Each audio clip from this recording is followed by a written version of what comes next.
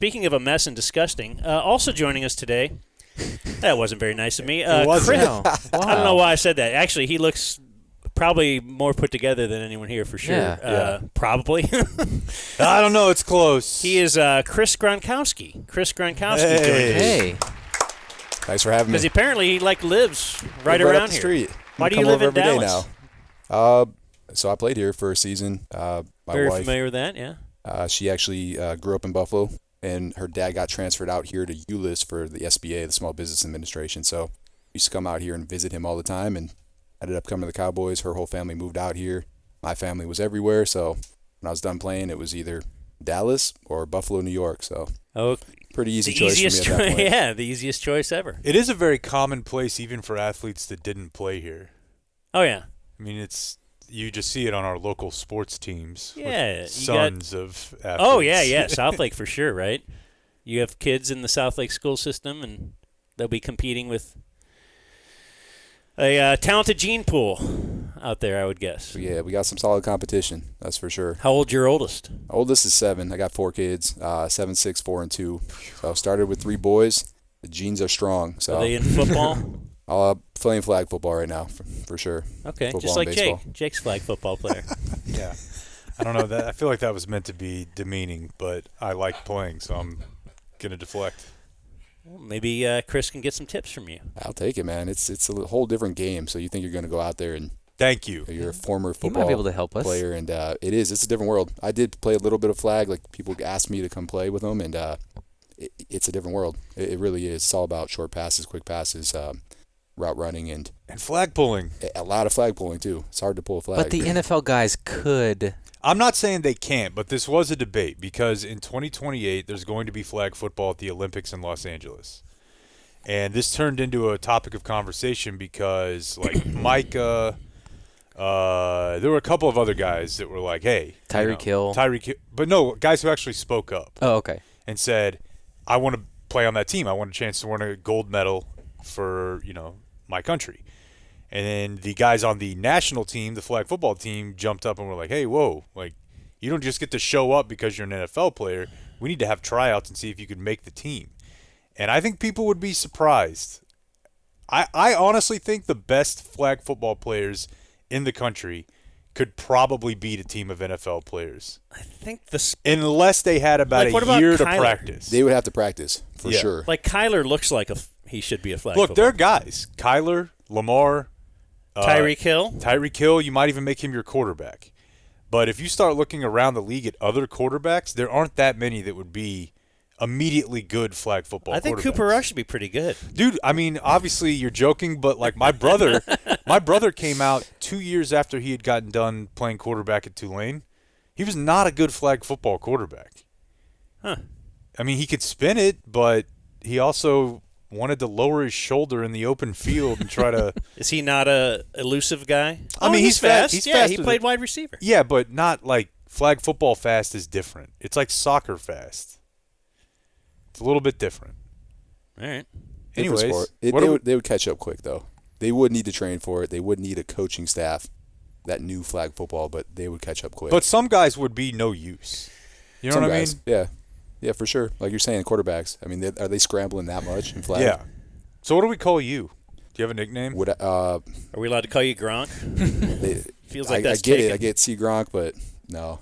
Actually, Gronk when I played for the Cowboys, the nickname was actually Ski, and my brother didn't have the nickname yet, Gronk, really, for the most part yet. But just the last name, SKI, was That's pretty what solid. my coaches called me. Yeah, I like that. So that was it because they didn't want to read my entire last name. Yeah.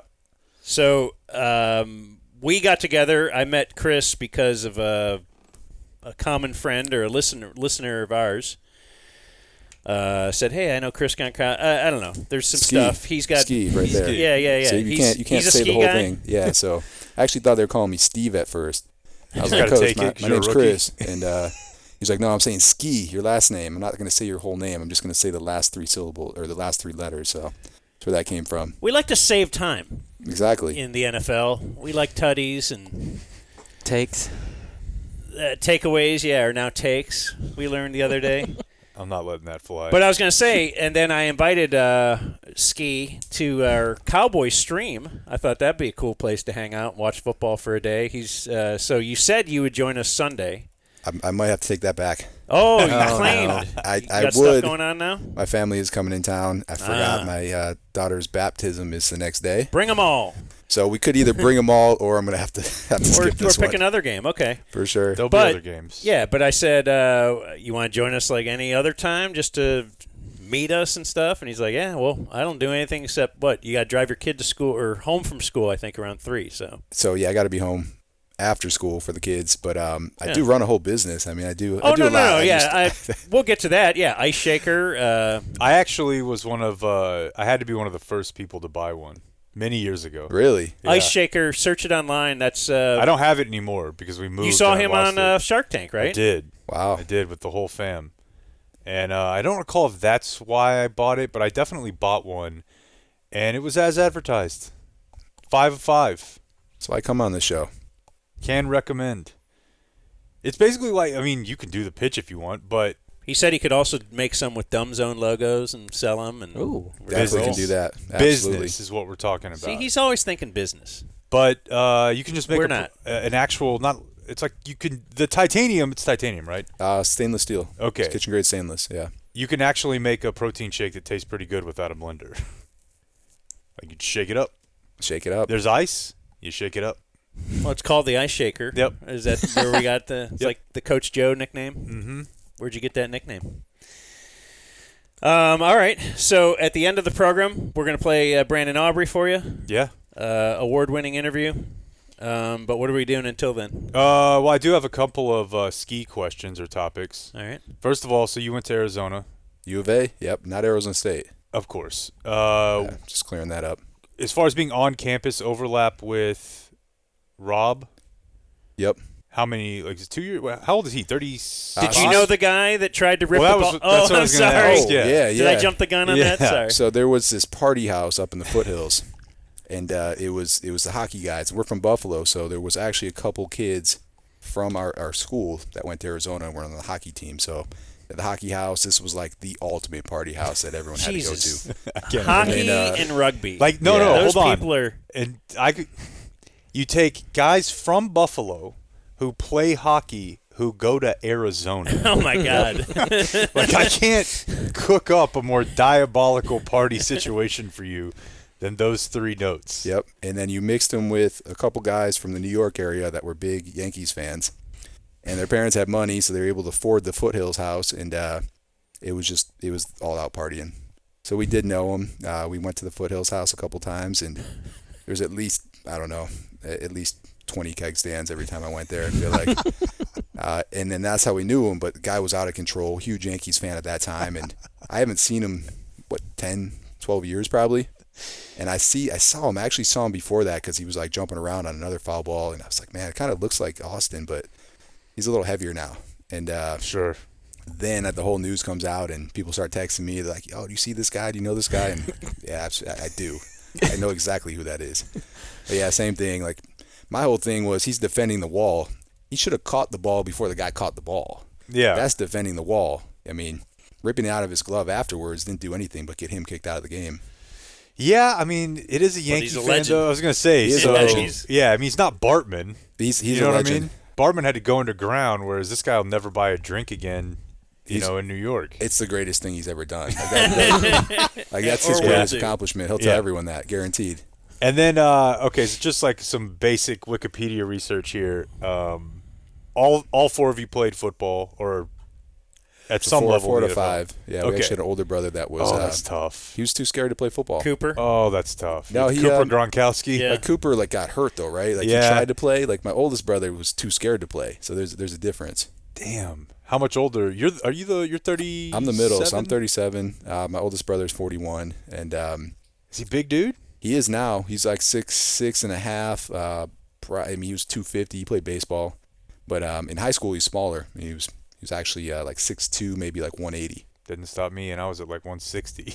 Yeah, so he was too scared to play, and always tells everyone how great he would have been at Yeah. tight end. Well, if he played. that's what Cooper does too. I mean, he played and got hurt. We're to believe that he was basically Jim Brown Yeah. had he not gotten hurt. But your great grandfather That's an interesting note on your Wikipedia page. This is the most Olympian name I think I've ever heard in my life. Ignatius Gronkowski, Nice. who competed in the 1924 Summer Olympics in cycling. Iggy. Iggy. That was it, Iggy.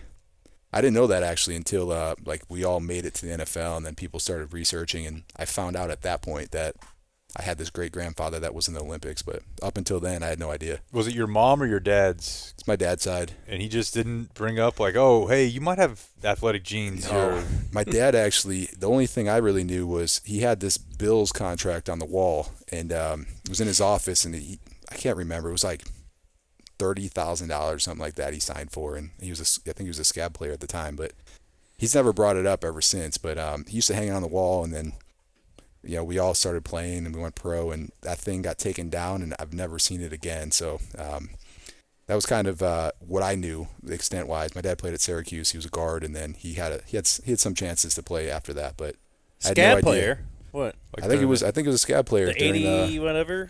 So he would have been, it would have been right around 82 when he had my brother. So he probably would have been about 21 years old, right around 82. Okay, cool. But he had to rip that down because it's not impressive anymore? No, If he your son's hides it. making- I haven't seen it anywhere ever since. I think it was like a 3-day contract or something like that. That's wild, man. So did you play hockey growing up? Played a lot of hockey. So we didn't actually play football until high school.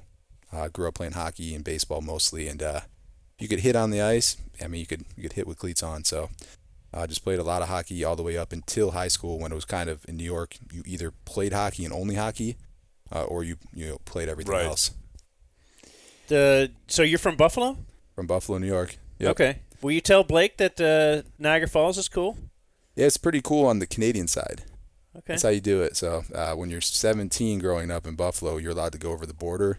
Casinos. Gamble, drink, do it all. So Does the water fall faster on that side? it seems He like just it, wants 'cause, to. He's just And pissing all listen, over. Here's the deal. So the eclipse, he left town because he was so uninterested in a once in a Really? million year Millennium, yeah. event. I thought that was I filmed it. I did the whole deal, man. Yeah. It was No, we pretty all cool. did. Yeah. Yeah. Yeah, He it was- went on vacation somewhere else. Yeah. Yeah, it got Just slightly to not darker see it? for a little bit. Yeah. It was actually one of the coolest things I've ever seen, to tell you the truth. Like It hear kind that? of changed my life. Yeah, me too. Yeah. Did it? Like, it just gave me a new perspective on the world. And Yeah, just, I saw how it and was small like- we really are. I saw it and was like, hey, in 6 months I'm going to go to rehab. Well, It changed my life. it meant something different for each of us. So before we get into other stuff, the business. Is this, when did you start this current company? Pretty much right after? No, so I played. I was done playing about 2014. So I went from Cowboys, played a season with the Colts, and then I ended up getting traded to the Broncos. And 2014, I was done playing, and it was about, I guess I started the business with my wife first, and I was working with my wife. She was sick of trying to find a new job every time I went to a new team, which was every single year. But at that point, was working with her, and then thought of the idea in 2016 to make, really it was taking a Yeti that was super popular at the time and a blender bottle that was only plastic, and combining really the two technologies to make an insulated stainless steel shaker bottle. So it's like, yeah, you always see her with her Yeti. You're always making a protein shake. All right. Mix them up, man. I actually, at the end of the day, I'd have like 5 cups in the sink, and it's like, man, I just want to use 1 cup all day. So it's kind of the idea. Make 1 cup I could use all day for everything. Mix a shake up when I needed to. And, when you have no kids and you're super competitive, you actually make things happen. So Right. when Yeah, all that in might on be it, and part of my problem right now with this whole new business thing. Yeah. But 2 minds, 1 cup. Yeah. There you go. Okay. You should have named the company that. Ooh, that would have been a tough name. Yeah. I don't know. I don't know if anyone would have bought it. So do you want us to a website? What do you want us to do? Direct people where? Oh, for sure. I mean, I didn't know we were doing full promos today. Yeah, but why not? Here Let's we do go. I got the Cowboys one with me right here. Okay. But yeah, it's iceshaker.com. We have a whole bunch of different sizes. We have jugs. We do personalization for companies, for events, and we have all the licensing for all teams, all leagues. So there's the Dodgers, World Series Cup we got up there. I think they're almost sold out now at this point, but yeah, it's pretty cool. Does being with Cuban help you get all these league rights fees? And Man, no. It actually bet we just, couldn't put just out recently got it, and it's tough. The NFL wants to make as much money as possible, so they don't just hand it to you, even if you played in the NFL, and you actually fill out the form, and it says, do you or anyone you know, have they played in the NFL? And I'm checking yes. I'm writing like soon to be Hall of Famer is my brother. Like I'm doing the whole deal, and they call me back and they're like, well, we could do this, but you're going to pay a 6-figure royalty up front, and we're only going to let you do a shaker bottle because other people have the rights to the other bottles. Like, man, this kind of sucks. Like this is a horrible deal. I got to sell a lot just to break even just on this royalty, right? So I found a company that already had the license, and we partnered up, and the company's called Windcraft. They're actually owned by Fanatics, and That's an idea guy. Solutions yeah, look at this man guy right just there. figuring for things. sure. Yeah, he doesn't see problems. No. it's sees all solutions. that's all it is. And then the last thing, you brought a football helmet. So I was just... Yeah, I brought a couple things for show and tell. I've done a lot of stuff with TikTok where I show off some of the behind the scenes of the NFL, and people go crazy for it. But I was telling a story the other day about the helmet because when I was done playing, the only helmet I didn't have was my Cowboys helmet. So I had my Colts helmet, I had my Broncos helmet, sitting there on the shelf, and people are like, "Why don't you have the Cowboys helmet?" Well, the Cowboys don't give you the helmet when you're done playing. They'll make you pay for it. And Really? at that time, yeah. So every other team, Just like the cheerleader uniform. They Yep. don't let them keep that. Do you know that? yeah. So the other two teams gave me my helmet, so I had my helmet. Got home, I'm done playing, and at the time when I didn't get my Cowboys helmet, I didn't feel like it was a big deal. But now that I'm done, and it's kind of a cool piece of memorabilia that I could put in my office. So didn't have it, and I found out that what they do is you either have to buy it at that time, $350, which I was like, whatever, I'll get more helmets. I ended up not getting any more helmets from them because I was on the team the next year. But and if you don't buy it, they go and auction it off. So when I was looking for it, I reached out to my equipment guy because, I reached out to the Broncos equipment guy to see if I could get some of my old jerseys, stuff like that for charity stuff. And so I reached out to the Cowboys, and they're like, we auctioned it off. I'm like, really? So they take it and they auction off your old stuff, and they try to make as much money as possible off of it. So I was like, man, I'm screwed. I was looking on the internet, like eBay, stuff like that, trying to find it. And then out of nowhere, I had a message on Facebook, and this guy reached out and said, hey, I have your Game Warm helmet.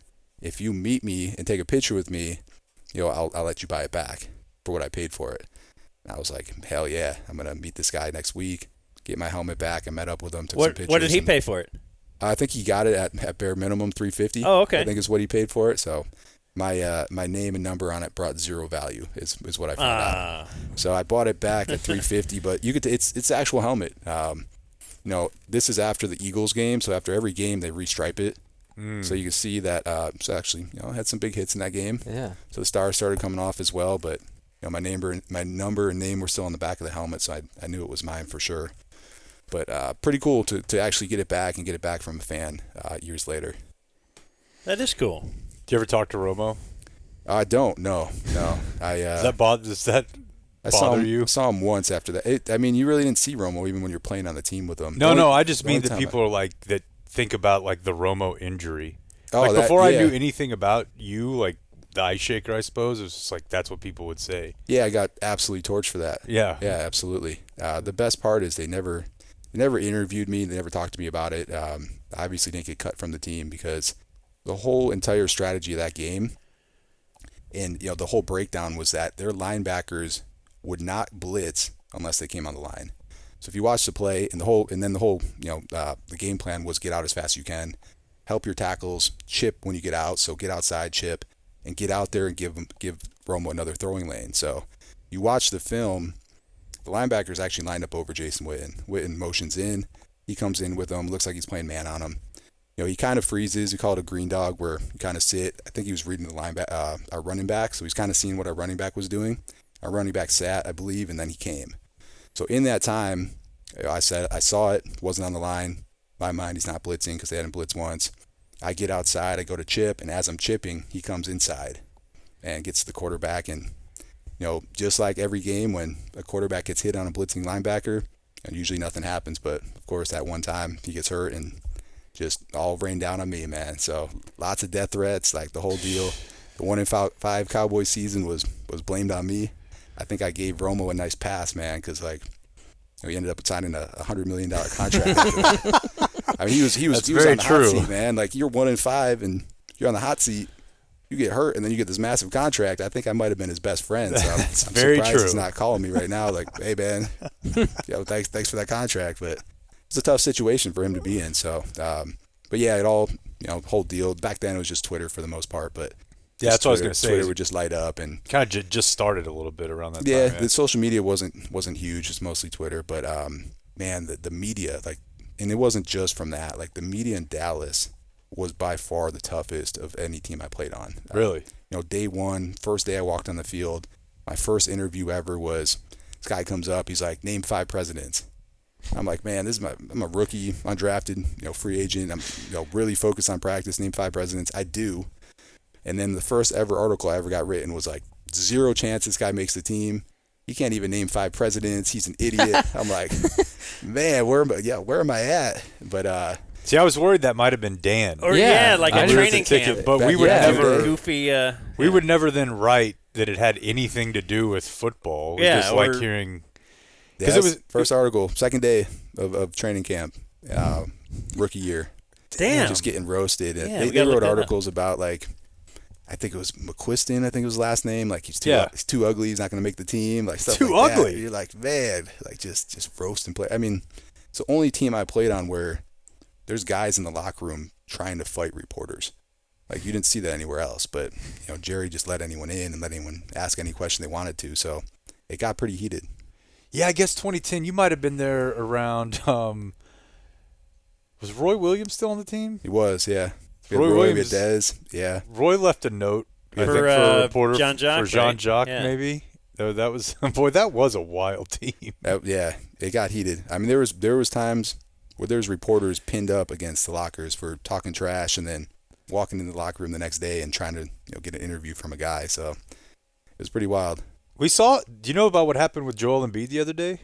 No, I didn't see I was that. going to bring that up later, but it's topical, I guess. But a guy wrote an article.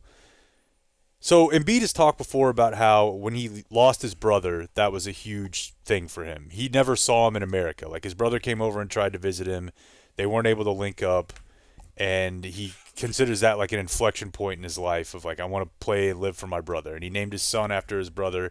Well, a columnist in Philly decided that he wanted to write the angle of, hey, you're not really honoring your dead brother by taking rest days and by not playing in every game. Okay. And Philly's brutal. Embiid was like, hey, listen, dude, like, say whatever you want, but this is out of bounds. I've played through a lot of injuries in the city. I've given the city everything I've got. This is bullshit. And the guy, the reporter, to his, I guess, credit, showed up the next day, and Embiid pretty much attacked him. Like, confronted him and had him by the scruff. It was like, we don't play that. Okay. It's good times. I'm glad I don't have to go in locker rooms. Yeah, I it's a guess. good reason not to be a beat writer. Yeah. Yeah. Philly's, that's the toughest place I ever played by far. I mean, they knew when the bus was rolling up, and when the bus rolled up, it was the dad, it was the 8-year-old, and there was a lot of middle fingers. And you're like, man, you're teaching your 8-year-old already how to flick off the bus? Like, and then that was, you walk out the tunnel, and they just tell you, like, leave your helmet on. Just leave your helmet on because something's probably going to get thrown at you. And then it was still remembered to this day, but I don't know if they paid these people to be there or not, but they had hecklers behind our bench, and these guys, they were pros. They knew everything. They crushed the O-line. I don't know if it was just that game or they always go after the O-line, but they knew every fact about the O-line. Like, they were calling out, like, girlfriends' names from like college, high school, all that. Oh, my God. Wives' names, like, the whole deal, until finally it was like third quarter. We're winning, too. We won the game, but our O-line was turning around trying to fight them. Like, trying to get in the stands, and security was running over there, the whole deal. But it's like, man, these guys, I'm like, please don't say my name, whatever you do. I hope they didn't research me. But yeah, Philly was tough, man. That's awesome. Yeah, Damn. it was a great place to play. So let's say an average NFL Sunday. I know some guys just like don't watch the league after they retire. Are you a big NFL guy? Man, Locked so in? I was done playing. My brother was still playing, and my younger brother was playing a little bit too. So I big time. Like, after I was done playing, I was big time into it. I realized what sports betting was too at that point, And I like to bet games and thought I had an edge at that point as well. So Who doesn't? Yeah, I feel like I did, though. Like, I know. I actually won a lot, but it became a problem because I'd be watching a Sunday game, a blowout, and I'm the only one watching the game still. And everyone's like, hey, you want to play some cornhole or like do something else? I'm like, no, hold on. This is a huge play. They're up by 30. Hold on. So realized it was a problem at that point, and I stopped doing it. And even if it's not a lot, like even if you put 100 on a game, you're still like all in on it, right? And so kind of chilled out there. And then once my brother stopped playing, I don't watch nearly as much as I used to. I used to watch every single weekend, and now it's kind of if I can catch a game, I'll catch a game. You want to do Today in Twitter or around the NFL? What do you want to do? I think Today in Twitter would be fun. Okay. I think with some of these videos would be fun, especially since we're talking about Pennsylvania. Should we play the Open? Sure. The DumbZone presents Today in Twitter. So this took off over the weekend and kind of got a life of its own, but Jason Kelce now works for ESPN. So I've even heard talk that they might be trying to give him a late-night talk show. You know how they've tried that like a dozen times, where they'll give somebody, basically try to make it like a Tonight Show or the Late Night Show, the Late Show. They did it with the Wheel of Fortune guy. Oh, yeah. Yeah, Pat Sajak had one for. Pat Sajak had for a one, and minute. also on FS1, Regis Philbin had one. Katie Magic Nolan. Johnson. Yeah. Yeah.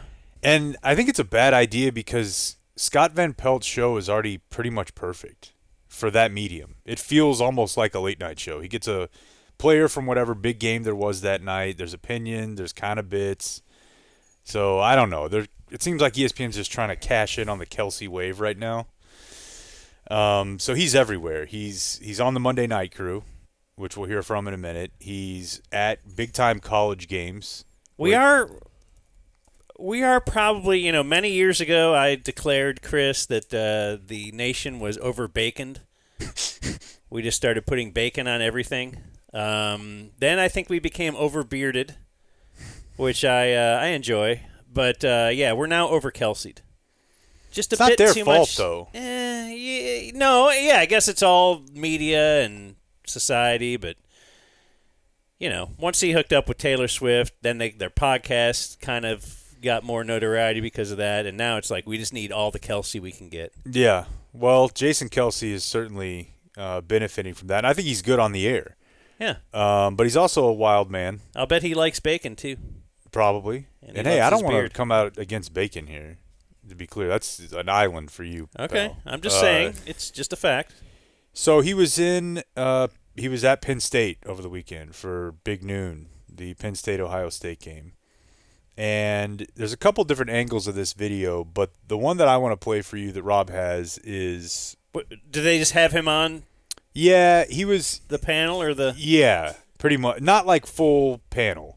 Okay. He's not up there with... Because I was thinking he didn't go there. He went to Cincinnati, right? No, I think he was just there for the game. All right.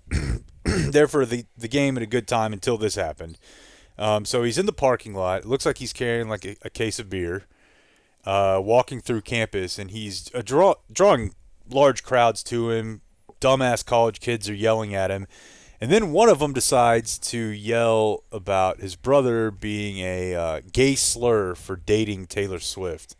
And this is how that unfolded. You pussy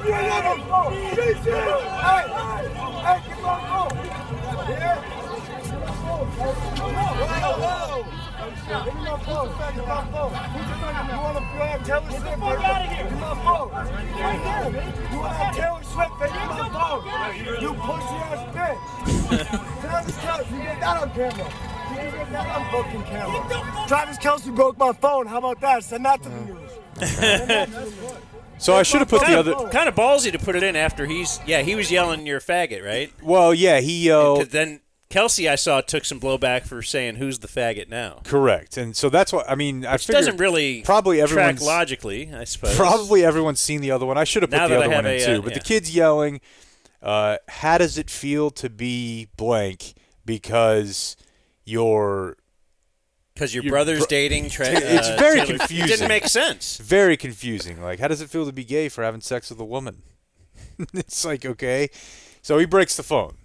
But then the part that there is where he runs up and like checks him. Like this kid, this Penn State co-ed runs up and like hip checks Jason Kelce. Oh, really? That's what it looked like to me. And he's like, yeah. Trying to incite him. Yeah, and he breaks his phone, and then he runs back up there and wants to grab the phone. Like this.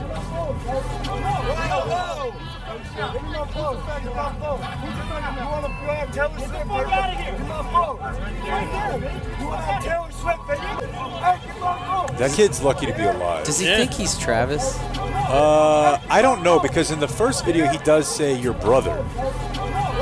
Well, He's calling him Travis there. That was very weird. you know how it is. Hammered. Yeah, it's big noons there or whatever. But isn't it 8 a.m.? You've been up since 7 drinking. Golly. But I don't know that there's a level of drunk that I could have gotten to that would have had me taking a physical in-person run at an NFL offensive lineman. No, While I'd be he loving walks him. off, I'm yelling pussy-ass bitch at him. Golly. I don't see, there's not enough alcohol on earth. No. But you're a sports These fan. kids are out of control. Like, that's a level of...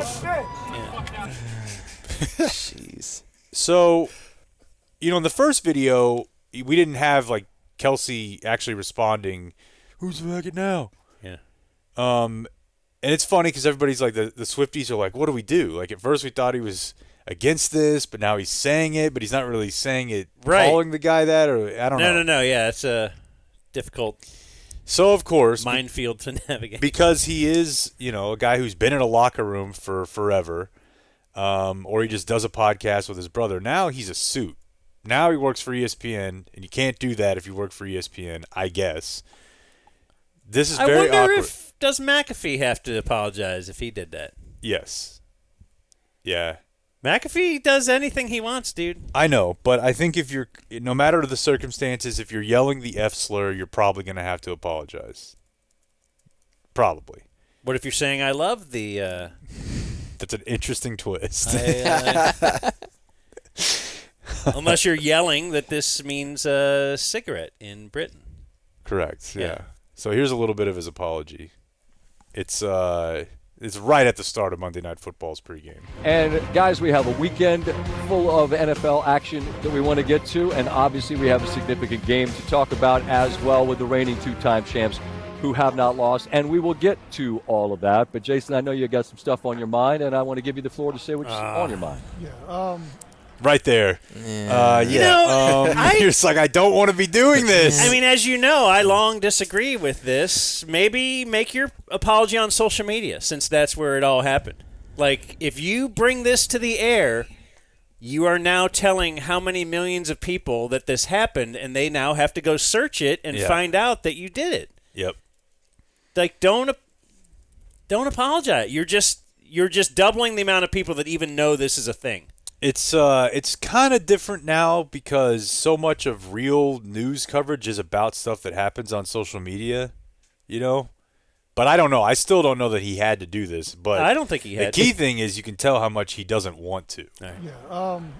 Yeah. Listen, I think everybody's seen on social media everything that took place this week. That's what I'm. Listen, I'm not happy with anything that took place. I'm not proud of it, and in a heated moment, I chose to greet hate with hate, and I just don't think that that's a productive thing. I really don't.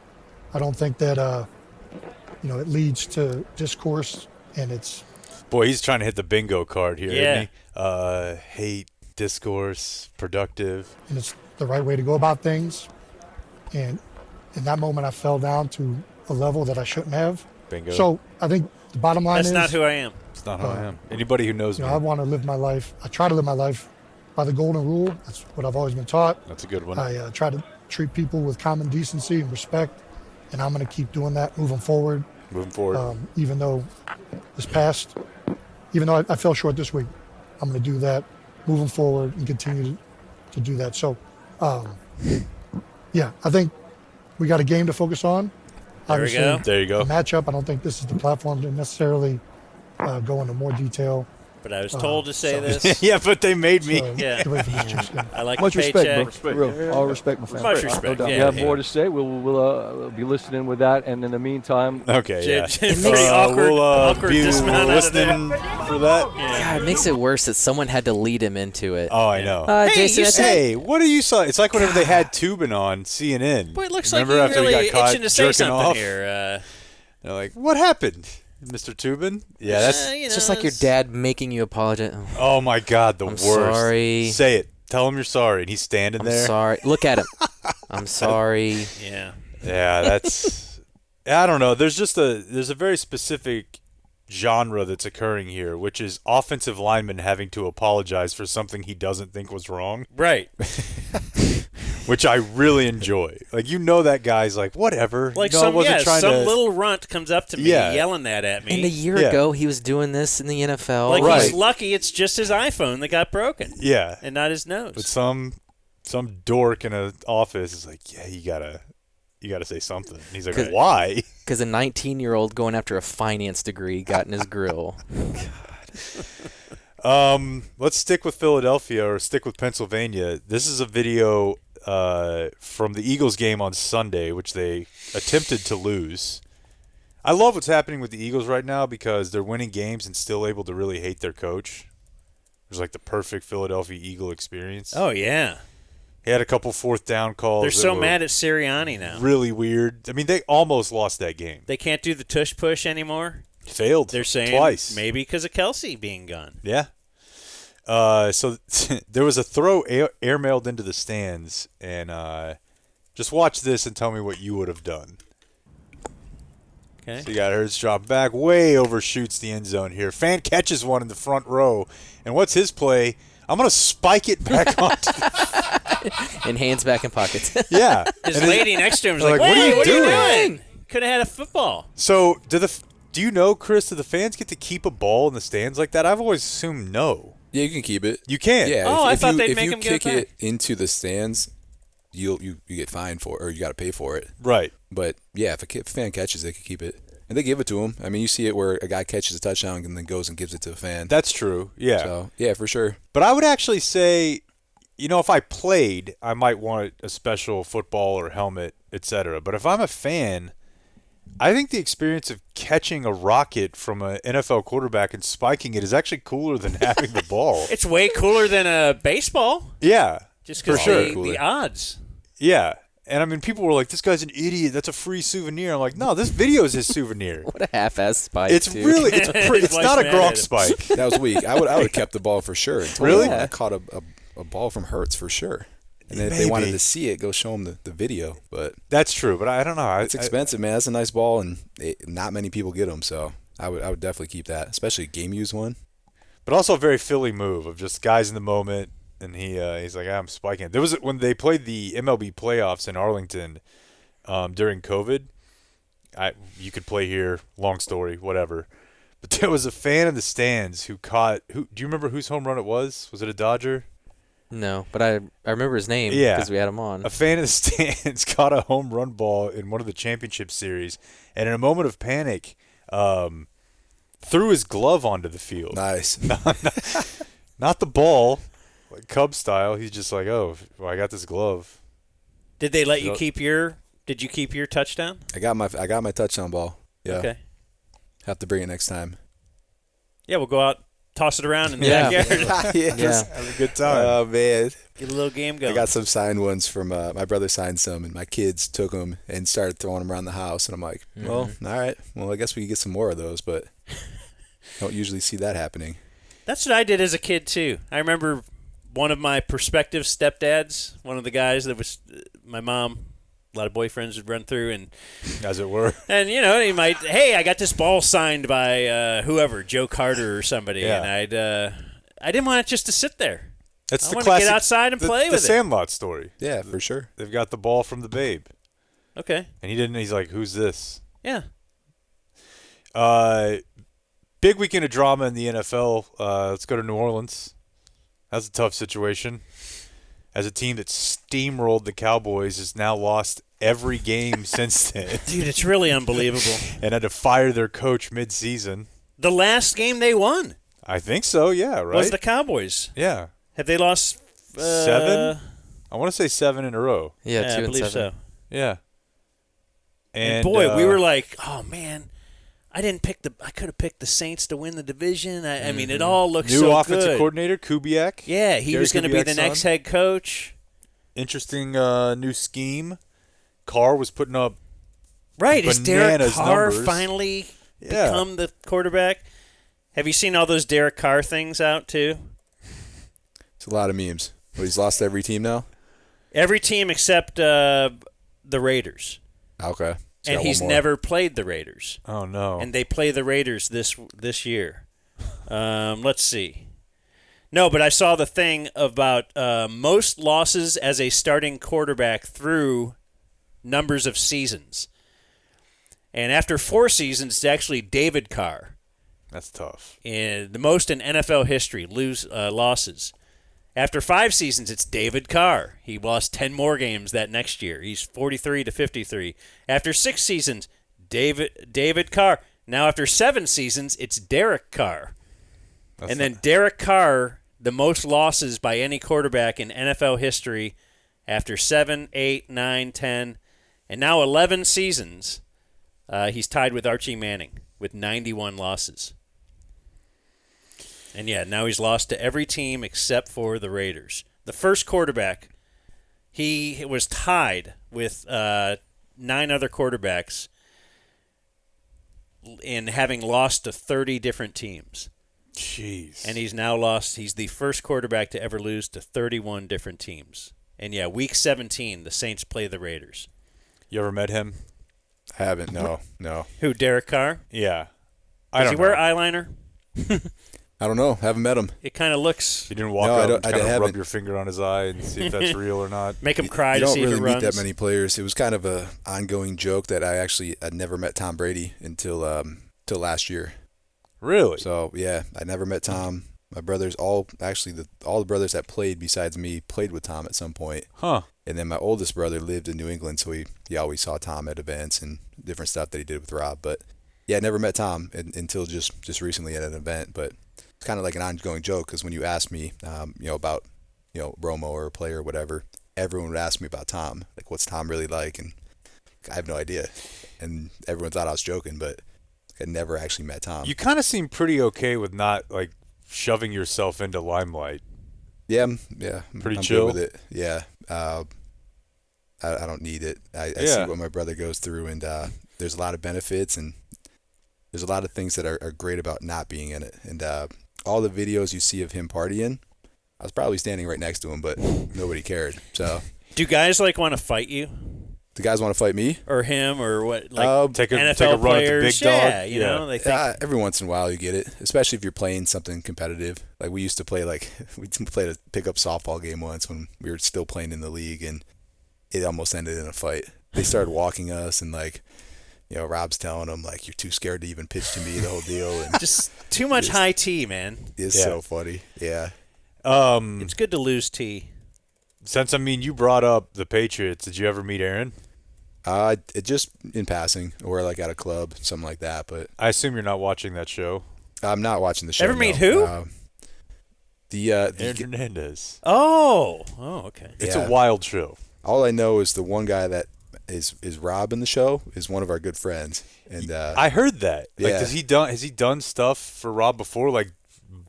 Not by body double, but has he been involved somehow before? Just friends. We've been friends with him, and then he started acting, and now he's Rob, which is hilarious because he knows him so well. So he's pretty good at being him. It might be fake. I might have gotten Ballsack Sports duped, but I think Lifetime, the ladies' TV channel, is actually putting out a movie this holiday season that is loosely based on Travis Kelce and Taylor Swift, football player and singer, and they're having a holidays together, and the actor is the same guy. Is it?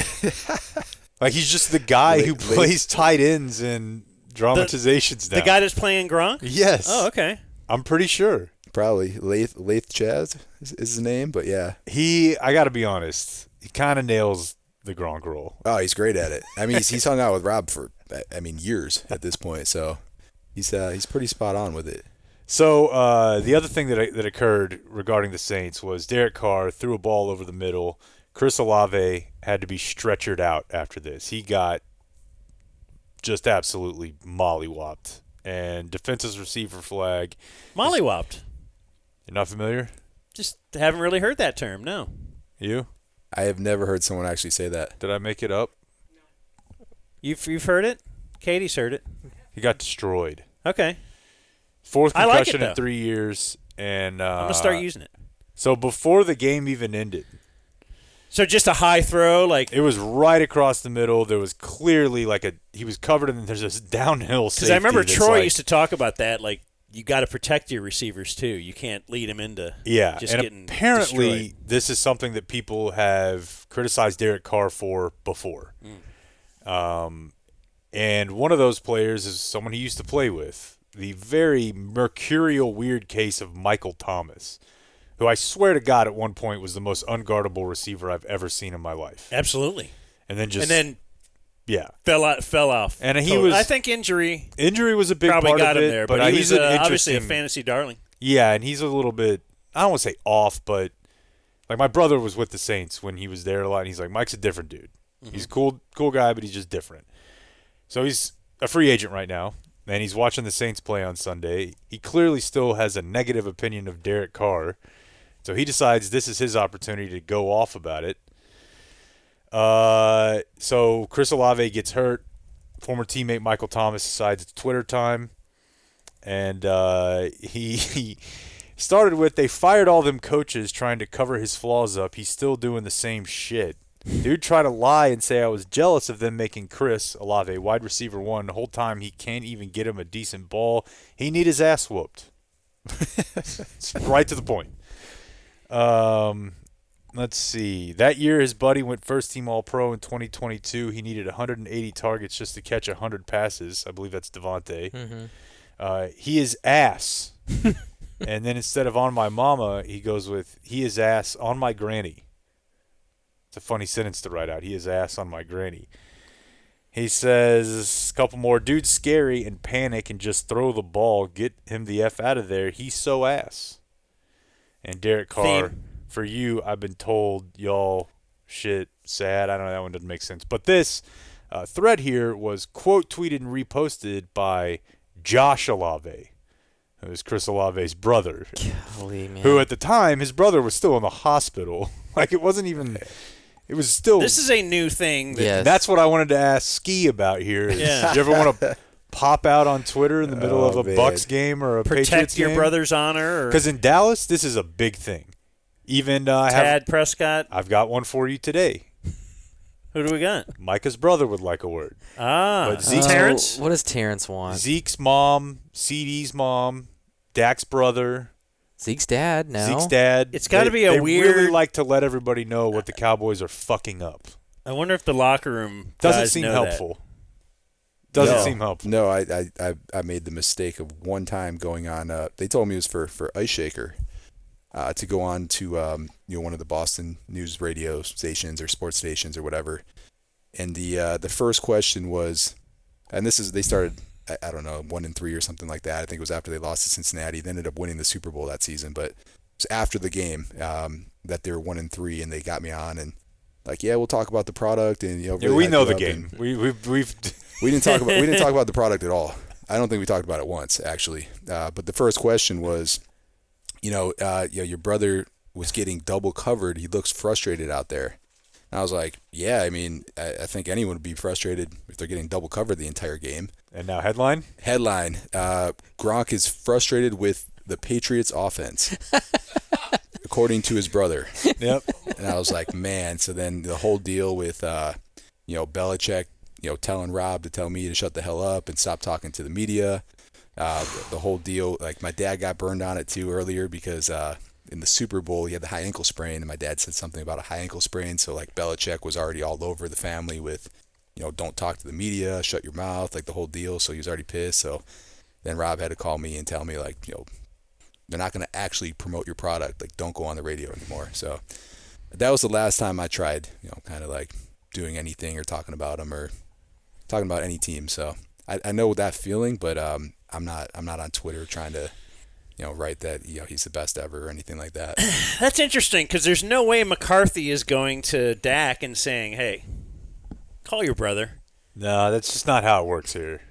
Yeah, There's just like no way. that stuff's kind of more encouraged. Jerry's like, "Yeah, it gets people talking, man." Jerry loves it. Yeah, Jerry keep it loves up. the news. He's Keep all it about up. it, man. In Even fact, tell him to tweet a little more. oh yeah, 5 presidents. You don't know him? The guy's an idiot. Let everyone know.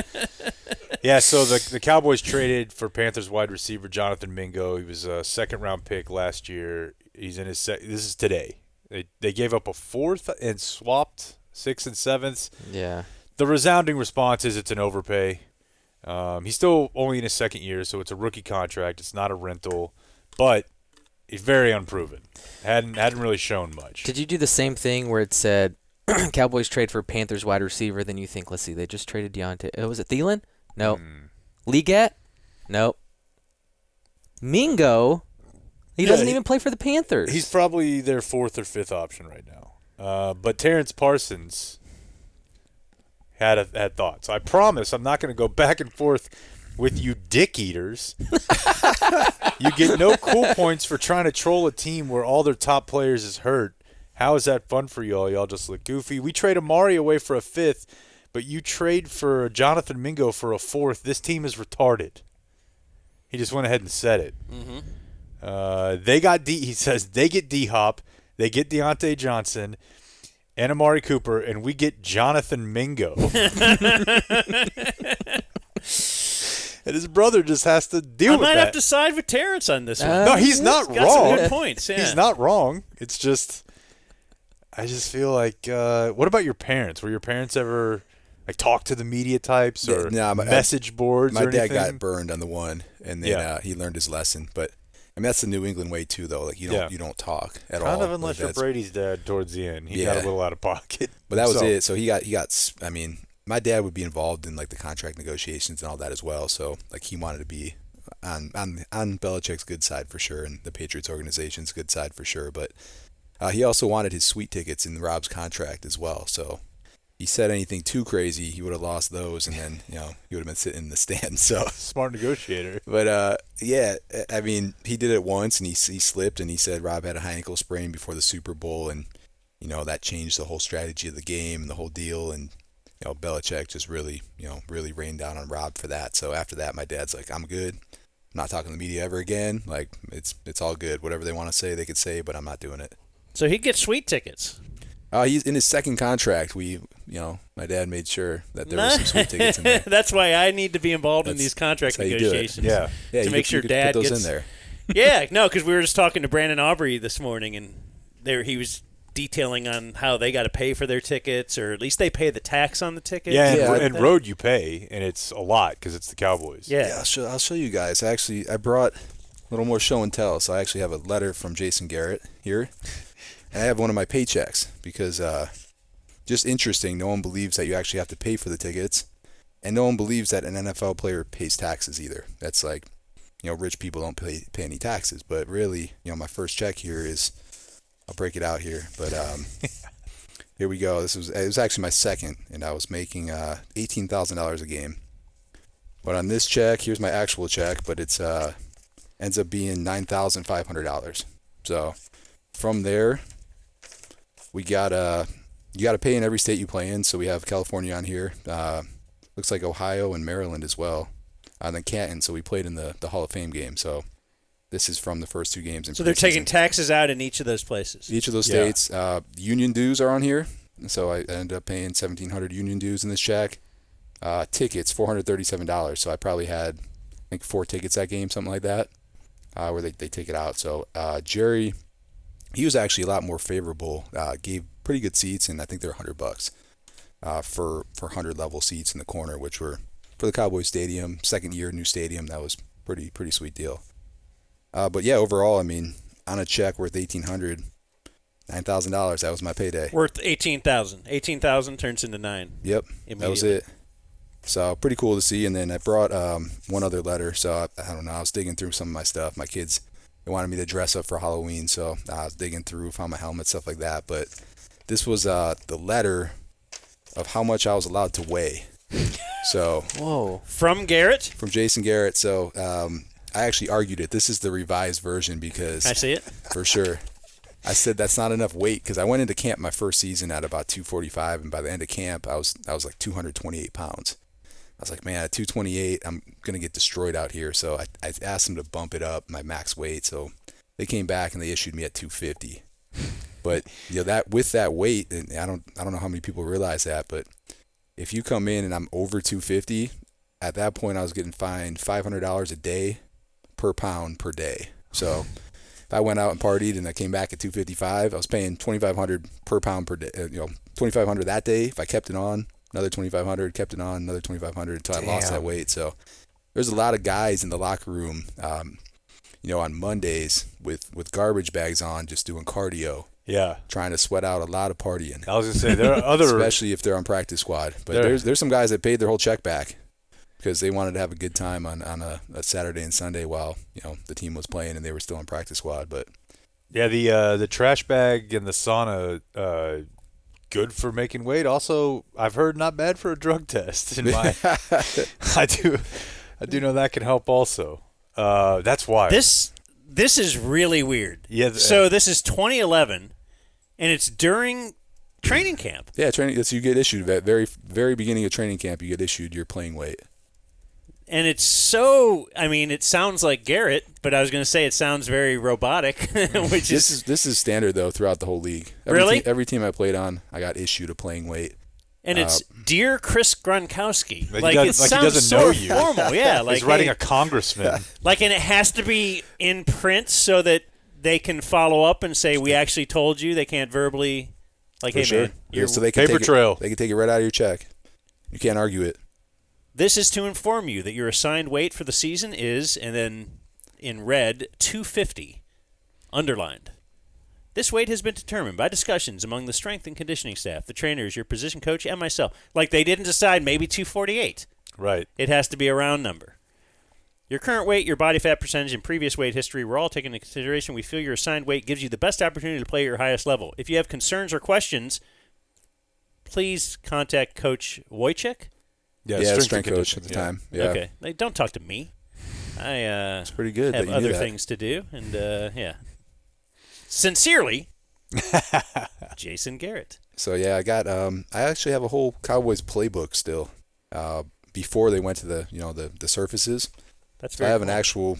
actual printed out playbook that I don't think I'm supposed to have, but I have it. They didn't let you keep that helmet. They didn't let me keep But the you got helmet. the flavor.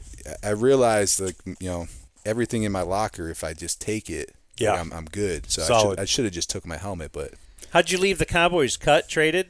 so I got cut. Free agent? Okay. I got cut after my first season. I was lucky enough to get picked because I lost at that time practice squad eligibility. If you played, you lost it. So I was actually, I played every game my rookie year, and then I lost practice squad eligibility, so I had to make a roster after that. I got released. They said they didn't want to use a fullback. They're going to use a tight end kind of deal, whatever. I got picked up by the Colts, and then they had to give me a roster spot. First fullback in the Colts history in the Peyton Manning era. So they knew at that point that Peyton couldn't throw a ball and that they wanted to use a fullback. So I got there. They had 6 plays in the playbook for a fullback. I was like, this is going to be Easy to remember. It's going to be a pretty interesting year for me. Did you meet Irsay? Yeah, for sure. So you definitely met two of the more, I don't know, let's just say interesting. Yeah, he was around. You saw Nurse? him. Yeah. Irsay was definitely around. You saw him. I got to meet Pat McAfee before he was, the real Pat McAfee now, but same guy then.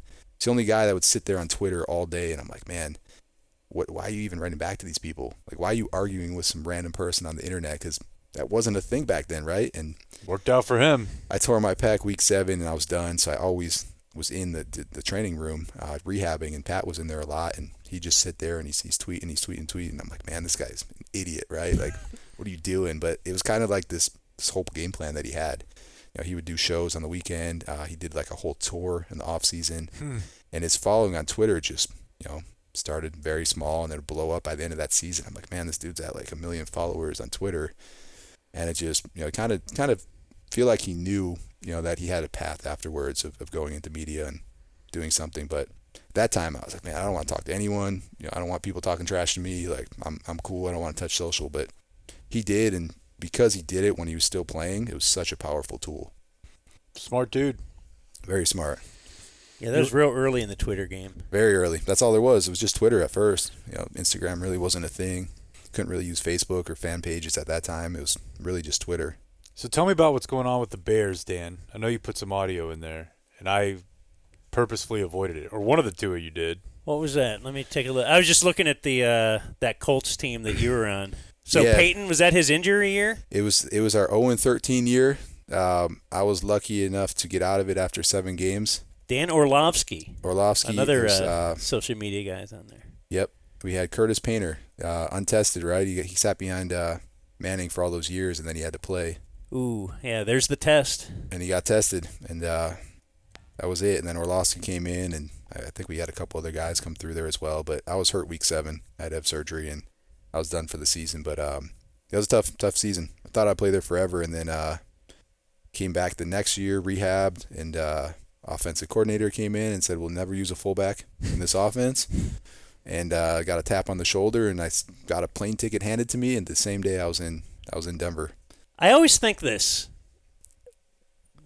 Did you ever think about, man, what if I learned how to long snap? I tried. Did you? My first season with the Cowboys, they had LaDuce. Because you could have a 20-year career doing that. He was there for like 17 years. He didn't try to tackle anybody. I'm like, man, all this guy does is They're not even allowed to line anyone up on you. He's not even allowed to hit anyone. Yeah. Like, he doesn't even try to hit anyone.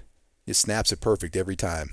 And so the entire offseason after my rookie year, I tried to learn the long snap, and I just wasn't natural at it. Really? Like, so it's a thing. You have to actually like be really, really good at it. Have like coordination or something? Okay. It's just a perfect snap every time, and if you have one bad snap, Yeah. you lose a game for a team and you're cut. So you got to be perfect every time. So one off season, that's all you did, and you just couldn't. I tried the whole off season. I tried for months at a time. Watched YouTube videos. Like, I didn't have anyone professionally train me, but every day I snapped and I couldn't do it. Damn.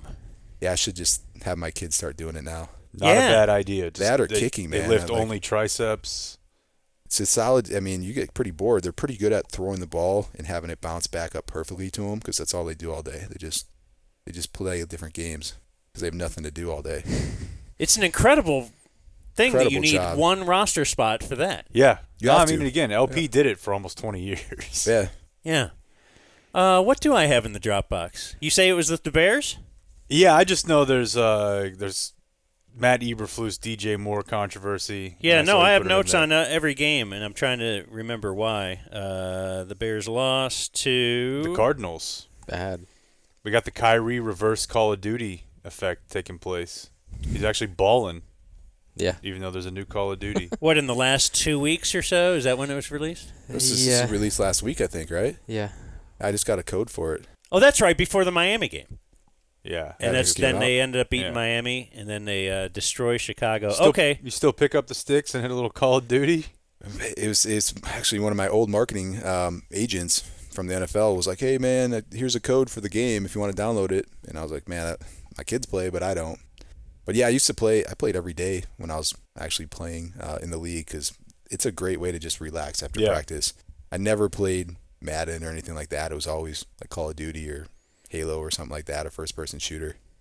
But a lot of guys play, and then a lot of times you'll get on the sticks with like other players on your team too, and just have just kind of relax and have a good time. What would you say about the idea, speaking of Halo, of a guy, let's say he's, how old are you, Blake? Well, you're letting the cat out of the bag. Well, how old are you? Sounds like a good story. 32. So this is a random guy. He's about 32, has a kid. He goes and spends his weekends actually watching other people play Halo in person. But just hypothetically. I did that once because we invested in an esports team, and Which one? So it was the Boston Breach. Yeah. So Call of Duty team. Yeah. I don't know if they're still in business or not at this point. Man, there's so much turnover. It's a pretty terrible investment from my understanding. So don't invest in esports teams. No. But I tried it once. It's a pretty cool atmosphere, but I don't think I'd ever watch another tournament. Okay, just wanted to check. Yeah. Yeah, Is that a frequent occurrence over He here? goes a lot. They have one here, one or two here a year, and I'll go. I'm invested. And even when they're playing elsewhere, I'll have it up on the stream, because, like you said, it's a hobby. It turns into a hobby, and you try to get like good at it. You're competitive. You're naturally competitive, so you want to see the people that are best at it play, and you want to try to learn. And it's kind of like golf, I think. Like I played, didn't really ever care about watching someone play golf until I tried to play myself, and then yeah, you just naturally want to watch people who are good at it. Like porno.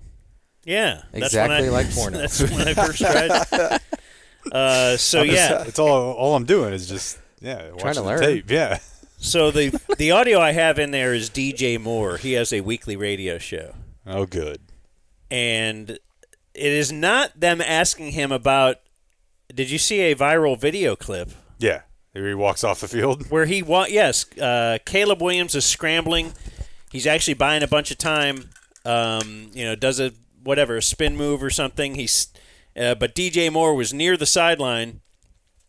Caleb did not try to hit him.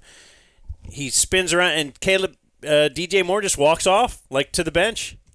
During the play, there's another 4 or 5 seconds in the play, and there's one less receiver out there that his quarterback could throw to. And I guess they're kind of a mess right now. But that's not a singular event. Yeah, he's got he's had an effort problem. For sure. JT O'Sullivan, who does the quarterback school, he does Caleb almost every week, and every week he is pointing out, what is number 2 doing? Really? Because he's got a huge effort problem right now. Wow. And so that checks out for him. Well, the radio host will ask him, and the question might be in here too, but is Matt Eberflus, has he lost the team? Because, there's questions about that dude before the season even. Oh, yeah. Whether they wanted to have him in there and, him with the number 1 draft pick and all that kind of stuff.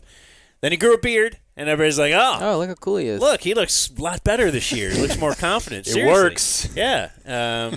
Anyway. Wonder from the outside, has Matt Eberflus lost his football team? So I'll ask you, has Matt Eberflus lost his football team? I want to say no. The message yesterday was that we know we 4-4 now. It's just like being 0-0. But now, the question is, did he say, I won't say no, or I want to say no? Yeah. So I'll ask you, has Matt Eberflus lost his football team? I want to say no. Sounds like I won't say no. I don't want to say no. Yeah, but then he follows it up with the context of it. It seems like he's saying... If I want to say no? Yeah. I want to say no. I don't want to say no. That's what I'm hearing. I want to say no. I don't want to say no. But then he gets into lost, hey, we're 4-4. Double negative means. How's 4-4 like 0-0? Yeah, that doesn't make sense either. That's right. Only if other teams are 4-0. Yeah, we're 8-8. Okay. 0-0. Yeah. Yeah, that does seem like a bit of a mess up there. You want to look elsewhere around the NFL, or do you want to take a break, or what shall we do? Man, I'll leave that up to you. What's your bit today, Chris? Are you rolling? You need to roll out of here? bad. I mean, I ran out of goodies in my bag. I might have to go get some more notes for you to read. Okay. I mean, if we take a break, then you can walk away, or you want to hang out for a little bit more? What do you want to do? Yeah, whatever you guys want me to do. Okay. Well, we'll hang out. I'll check my phone. I'll see if I actually have to work. Let's look just a little bit more around the league, do a couple I guess. more. The Lions aren't effing around. That's my entire diagnosis of the NFL right now. Okay, let's get to the Lions. I had one college football note because, we're not hard into college football a lot here, but I did want to tell you, like last week, what did I tell you about that Mike Elko press conference? They were raising a victory banner. They were a mission accomplished banner. They were talking about why are things different around here. Things are better now. And these players don't. They bought in, and once you start having that talk, you are saying, "Well, we are here. This is as far as we wanted to go." And then they got punched. Was that your triple play this week? Yeah, it was, Dan. It was. Turns out you only missed it by. They got destroyed. Pretty close at halftime. It was tied. It was at tied. halftime. That's right. I thought it was the cry of the loser. I think you only missed it by 28 points. Because we were close at halftime. He got beat up pretty bad in the second half. So where did you want to start? I mean, just watching the Lions the other day, it's like I wish I were a Lions fan. Dude, I am a Lions fan. You have freedom. I'm tied to the Cowboys. Well, we had Dan Campbell on our show for years, and yeah, so we consider him friends. So their offense has scored more touchdowns than Goff has thrown incompletions over the last 6 games. That's right, 28 touchdowns, 24 incompletions. Ridiculous. All started with that 18 for 18 game, right? Yeah, the night game. Is he the MVP? He might be right now. Well, you got Lamar, Josh Allen. You could probably throw a little Jaden Daniels in there. Yeah. But he'll get Offensive Rookie of the Year. And Goff is a really good story, which sometimes that helps in that regard. But and their whole team. It's really weird, too, because their team is built in the image of Dan Campbell.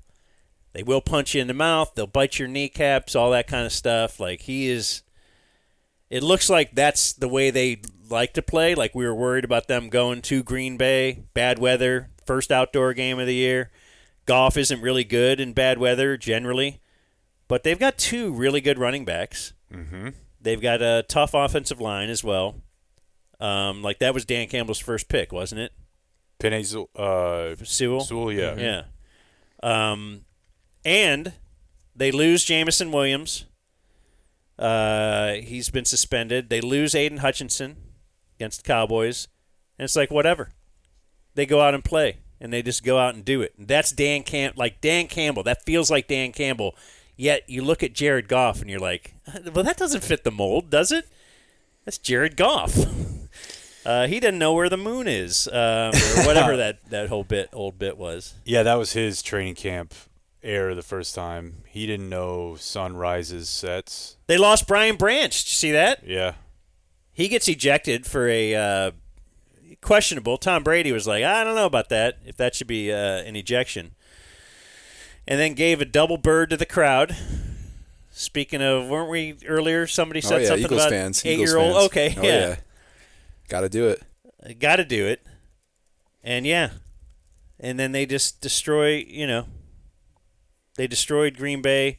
Jordan Love threw his 10th interception of the year. He had 11 last year.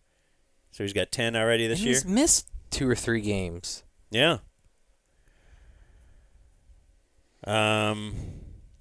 Yeah, nobody wants any part of them. They were up 17-3 at half. The Packers, this sounds like the Cowboys. They were down 17-3 at half. They had 8 penalties, 3 drop passes, a disastrous interception. That just feels like many Cowboy games this year, we could say. That was the Cowboys' first half. Detroit's now 7-1. Green Bay falls to 6-3. That's probably the best division in football, I would guess. If we could look elsewhere, maybe you can argue, but 7-1, Minnesota 6-2. It's the best. The West is the most competitive fun, I think, the NFC West. Although any one of those 5-4, 4-5. Yeah. Speaking of ejections, you see the how about Puka Nacua? That was an interesting. Does that count as a punch? I didn't think so. When you punch someone in the helmet? I don't even know if that was a full punch. There is a difference between a punch and like a face push. It's more of a shove, I thought. Yeah. He didn't actually wind up and like throw an actual punch. Trent Williams was a punch. That's a punch. Yeah. He said it's the first time he's ever been ejected from any game in any sport in his life. Yeah. How about you? See that? Did I? How about you, Ski? I didn't get ejected. I got fined. Those weren't fun. For what? So I was always told you play till the whistle, right? Yeah. So and I'm a bubble player, right? I'm playing special teams. I'm playing everything, just trying to survive on the team. Trying to stand out. And so it was a punt, and I'm on punt return, and I just the ball was probably kicked out of bounds, and I just went and lit up my guy before the whistle blew, and I thought it was a great play, personally.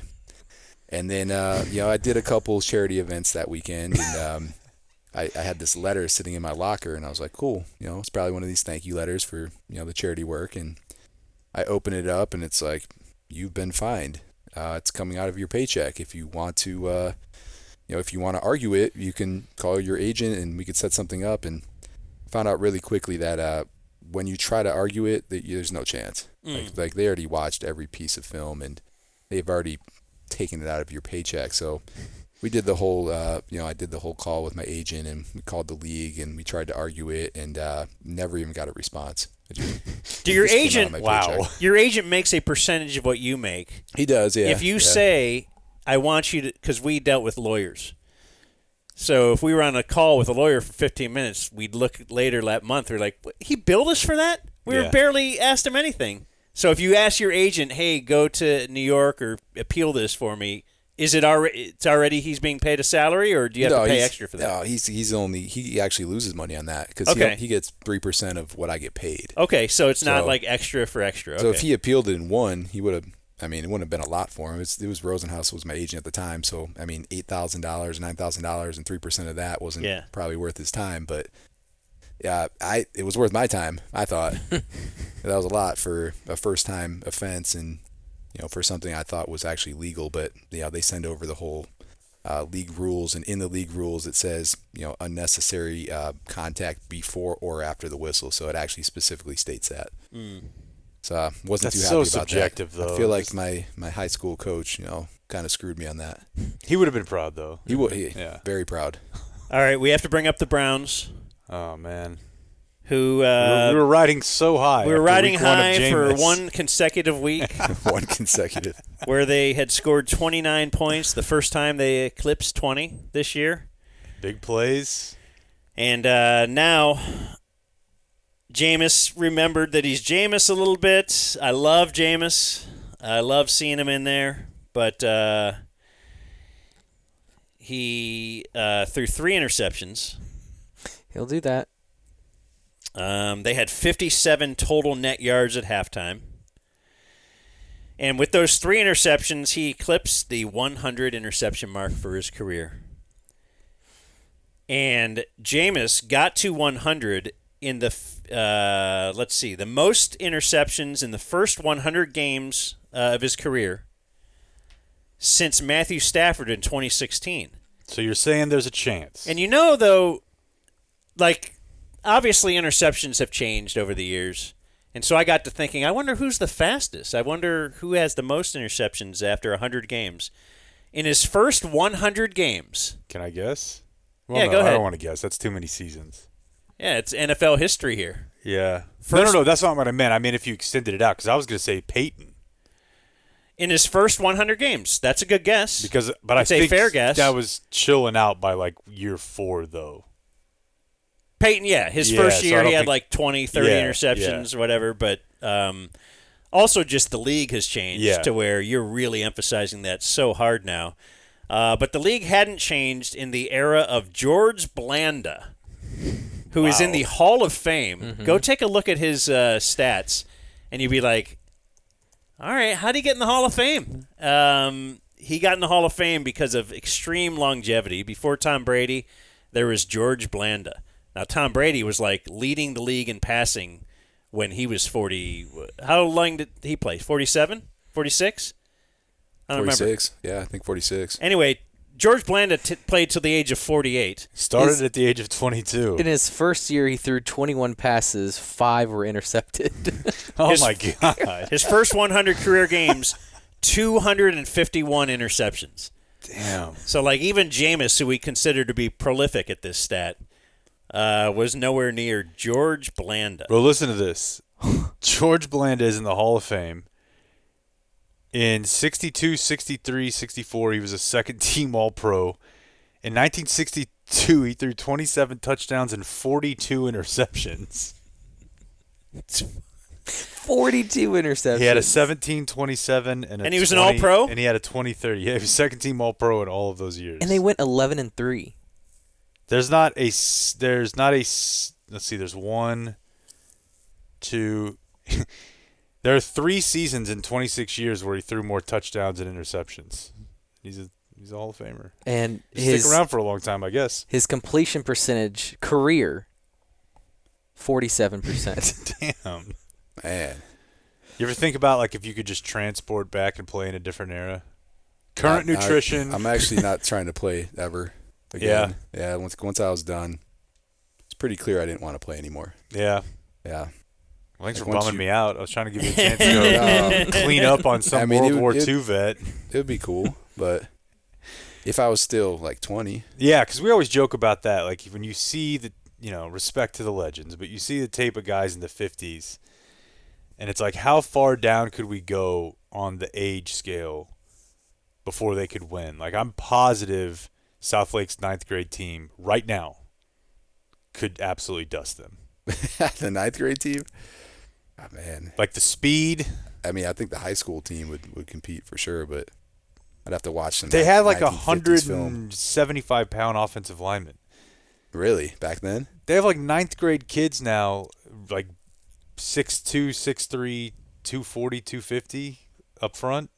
Yeah, that's grown men though. Like, look at William the 175. Refrigerator Perry. Yeah, in my mind, he was 400 pounds. Right, he was like 240 or something. I don't know. It was something crazy. But even the Cowboys team of the 90s, I don't think they had a 300-pounder on the line.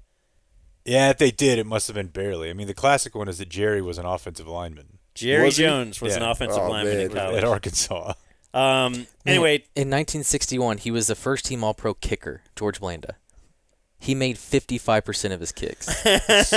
Made more than he missed. He made 1 out of 6 from 40. They're like, no one will ever be better than this. Made more than he missed. The Browns didn't score that. They only scored 1 touchdown this game. It was with 44 seconds left, so they were down 27-3. And then they are now 2-7. You're doing numerology or something? No, I'm just saying Okay. they're 2-7 now. Only one team has ever started 2-7 and made the playoffs.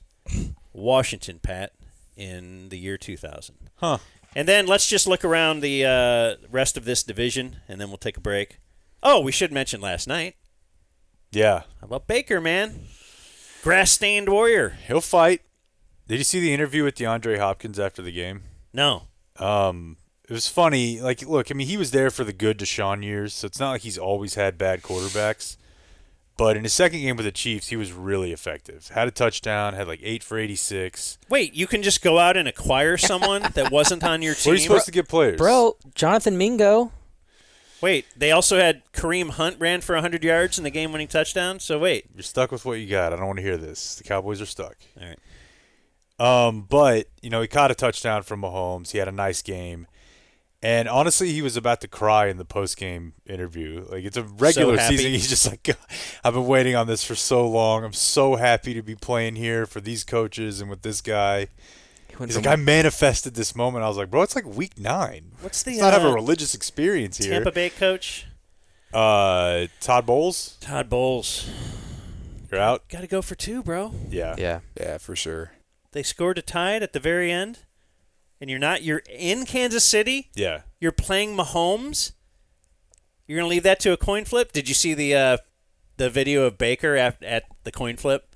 No. Like when they won it, he's like, oh, like he knows. He knows. I just gave the ball to Patrick Mahomes. Yeah. Why would you even give him that chance? You're looked at as ballsy if you don't. If you just, hey, let's do that. Like, that's a Dan Campbell move. This is how we play. We go for it. Yep. And that's not how they play. Anyway, elsewhere in the division, I don't know. Did we touch on Philadelphia already? I mean, really, the only fun Philadelphia thing, other than the guy who spiked the ball, is the sideline angles of people on the Eagles sideline watching the backwards hurdle. That was pretty cool. Saquon's spin move and hurdle. Unbelievable. Saquon, another guy who you could sign a free agent running back, and he's leading the league in second most. What's his name? The guy we wanted, Derrick Henry. Derrick Henry is, I think, leading the league. Another 100-yard game. I think he got his 1,000, right? Already? Over 1,000, yeah. Yeah. Damn. Yeah, they run under center. Will they the run out of the Cowboys gun. running backs all have 1,000 if you combine them this year? Oh. For the whole year, yeah. Possibly, especially with Dak out. By the way, Jerry said this morning he's going on IR. What does that mean? It means at least 4 games. 4 weeks, yeah. Yep. Catch our stream. 22-0 lead they had. Jacksonville kind of came back, but then Trevor Lawrenced it, threw an interception in the end zone to end the game. The tush push doesn't work anymore. Like I said, twice it was denied. And then I watched Jacksonville, and I wonder, how did Doug Peterson win a Super Bowl? Yeah, he looks. I mean, I don't know. It's hard to judge anybody in Jacksonville, but it's not going well. He's about to get fired. Yeah. Maybe next Cowboys coach. He'd be the next Cowboys coach? I mean, they're boring, almost certainly man. going to hire someone who's been an NFL head coach before.